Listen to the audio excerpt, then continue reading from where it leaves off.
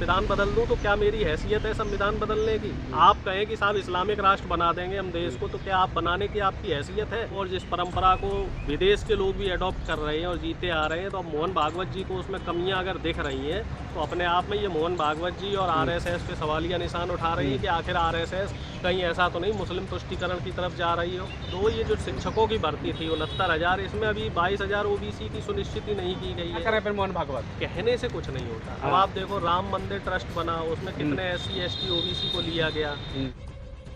जो अभी रामचरितमानस का जो मुद्दा उठा था उसको लेके काफ़ी विवाद हो गया और ओबीसी SC ST के काफ़ी लोग इससे नाराज भी हैं।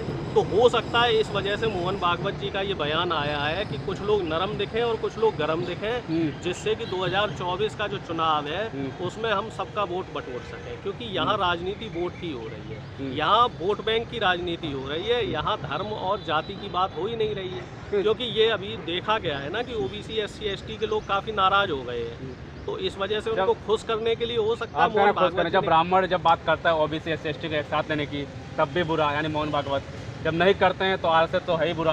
तो क्या करें फिर मोहन भागवत? कहने से कुछ नहीं होता। अब आप देखो राम मंदिर ट्रस्ट बना, उसमें कितने SC ST ओबीसी को लिया गया। तमाम जो अभी सरकारी नौकरियां भरी जा रही हैं उसमें कितने SC ST ओबीसी लिए जा रहे हैं। लाखों हजारों पद खाली हैं। और तो आप छोड़ दो, ये जो शिक्षकों की भर्ती थी 69,000, इसमें अभी 22,000 ओबीसी की सुनिश्चित नहीं की गई है। तो सिर्फ कहने भर से कुछ नहीं होता साहब, तो उनके लिए आप लगे तो मेहनत करना, बड़ा व्यवस्था खत्म कर देंगे। मोहन भागवत तो लगे हुए हैं ना। देखिए भाग दौड़ में कोई कमी नहीं है। एक पुरानी कहावत हमें ध्यान आई कि साहब जो है एक गांव में आग लग जाती है और एक व्यक्ति जो है एक कटोरी या एक गिलास ले जाके बार बार उसको बुझाने का प्रयास करता है, और आप अंदाजा लगा लीजिए एक कटोरी या एक गिलास से वो आग नहीं बुझ सकती। तो उस पर वो कहता है देखो भाई मेरी दौड़ भाग में कोई कमी नहीं है। तो वही मोहन भागवत जी कर रहे हैं, उनकी मोहन भागवत जी की दौड़ भाग में कोई कमी नहीं है, लेकिन किसी बात को कहना और उस पर अमल करना, ये दोनों अलग अलग। धार्मिक ग्रंथ जो है ना मौखिक था, लोगों ने मौखिक कह दिया, उसी ऊपर चलता जा रहा है। किसी ने कुछ सुना, किसी ने कुछ करके अपने हिसाब से लिख दिया। निश्चित तौर पे अगर परिवर्तन करते हैं तो उसका स्वागत है और हमेशा परिवर्तन होते रहना चाहिए, क्योंकि परिवर्तन ही सतत है। सनातनी पे क्यों हमला कर रही है?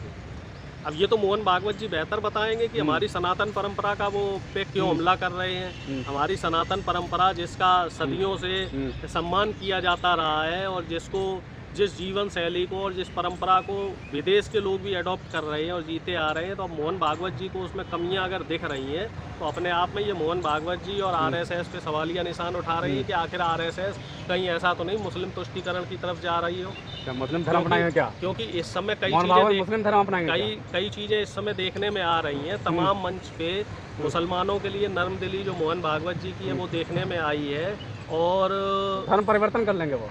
देखिए इस समय जो माहौल चल रहा है, धर्म परिवर्तन तो कोई नहीं करेगा इतनी आसानी से। माहौल ऐसा है कि तुष्टीकरण की तरफ बढ़ते हुए दिख रहे हैं मोहन भागवत जी। कहीं ना कहीं जो मुझे लग रहा है वो तुष्टीकरण की तरफ बढ़ते दिख रहे हैं, क्योंकि महाराष्ट्र में भी इनकी हालत खराब है और 1 साल का लगभग समय बचा है, चुनाव आने वाला है। और चुनाव में अगर ये इस तरह के प्रोपेगेंडा नहीं चलाएंगे, क्योंकि जो जनता के मुद्दे थे, जनता के मुद्दों पे तो ये काम नहीं कर पाए, तो अब इनको कहीं ना कहीं धार्मिक एजेंडे पे काम करना पड़ेगा, जिससे कि वो वोटों का जो तुष्टीकरण है वो कर पाए।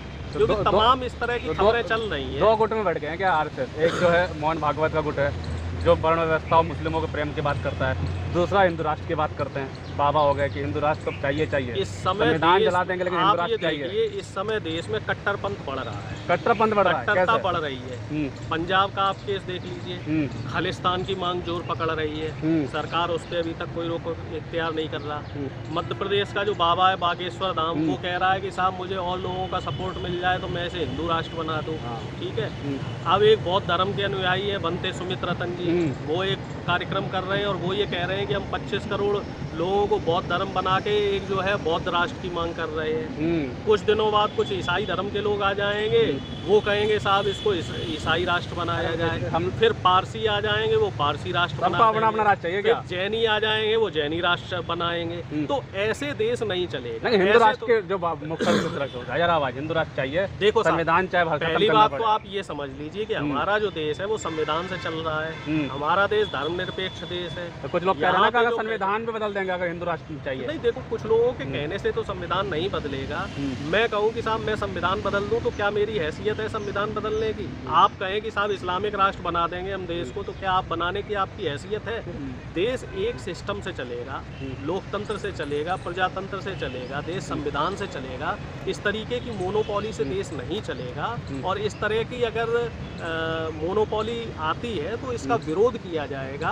ना तो हमारा देश मुस्लिम राष्ट्र बन सकता है, ना बौद्ध राष्ट्र बन सकता है, ना हिंदू राष्ट्र बन सकता है। हमारा देश शुरू से धर्मनिरपेक्ष रहा है और धर्मनिरपेक्ष ही रहेगा। ईसाइयों पर भी हमले शुरू हो चुके हैं प्रगति मैदान में, सभी जगह हो रहा है, सभी जगह हो रहा है। और हर धर्म पे इस तरीके से जो हमले हो रहे हैं, ये कहीं ना कहीं लोकतंत्र के लिए खतरे की घंटी है। अच्छा, खराबी क्या है? अगर पाकिस्तान में हिंदू रह सकते हैं और भी कम्युनिटी रह सकती है और वो एक मुस्लिम राष्ट्र है, तो हिंदू राष्ट्र के अंदर सारी लोग रह सकते हैं ना? फिर नहीं, इसमें फिर देखिए हमें संविधान बदलना पड़ेगा। अच्छा, हमारे संविधान में शुरू से ही लिखा गया है कि भारत देश एक धर्मनिरपेक्ष देश है। देखिए, अब इस हमारा देश अगर धर्मनिरपेक्ष देश है और ये संविधान से चल रहा है, तो आप अगर इसमें कट्टरता लाते हैं और इसको धार्मिक रूप देते हैं, तो इसमें संविधान पे आप चोट कर रहे हैं। तो वो चीज़ संभव नहीं है।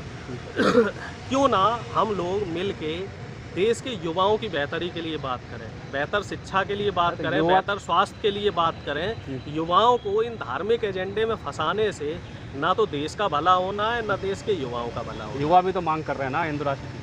देखिए, हमारे देश का युवा इस समय बेरोजगार है, ठीक है। और बेरोजगार व्यक्ति को आप पैसे देकर किसी भी राष्ट्र की मांग करवा सकते हैं। उनको पैसे देके उनसे ट्वीट करवाए जाते हैं। बीजेपी IT सेल के लोग इस तरह का काम करते हैं। और तमाम जो सोशल मीडिया के इन्फ्लुएंसर्स हैं, वो भी इस तरह का काम करते हैं। वो भी पैसे लेके चीज़ों को मैनिपुलेट करते हैं। तो इन सब चीज़ों से देश का भला नहीं होना है। देश को एक मजबूत लोकतंत्र जो हमारा है उस पर काम करना पड़ेगा, संविधान की मजबूती के लिए काम करना पड़ेगा।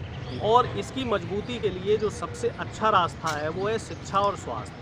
शिक्षा और स्वास्थ्य की दिशा में अगर हम अच्छे से मेहनत करें और प्रोग्रेसिव डायरेक्शन में काम करें, तो मुझे लगता है देश को ज़्यादा फायदा होगा। इस तरीके से हिंदू राष्ट्र, मुस्लिम राष्ट्र, बौद्ध राष्ट्र, ईसाई राष्ट्र, इस तरह से तो देश बट जाएगा। और बटने से कभी किसी का मोहन भागवत अपनी जगह सही, वो देश को जोड़ रहे हैं। सहमत है मोहन भागवत? बिल्कुल कुछ हद तक सहमत है। बाकी देखने वाली बात ये रहेगी कि मोहन भागवत जी का अगला बयान क्या रहता है, आगे उनकी मंशा क्या रहती है, आगे इस दिशा में वो कोई काम करते भी हैं या नहीं करते हैं। काफ़ी सवाल हैं जो मोहन भागवत जी छोड़ गए हैं और इन सवालों के जवाब समय के साथ ही मिलेंगे। चलिए ठीक है, तो बातचीत करिए हमने मोहन भागवत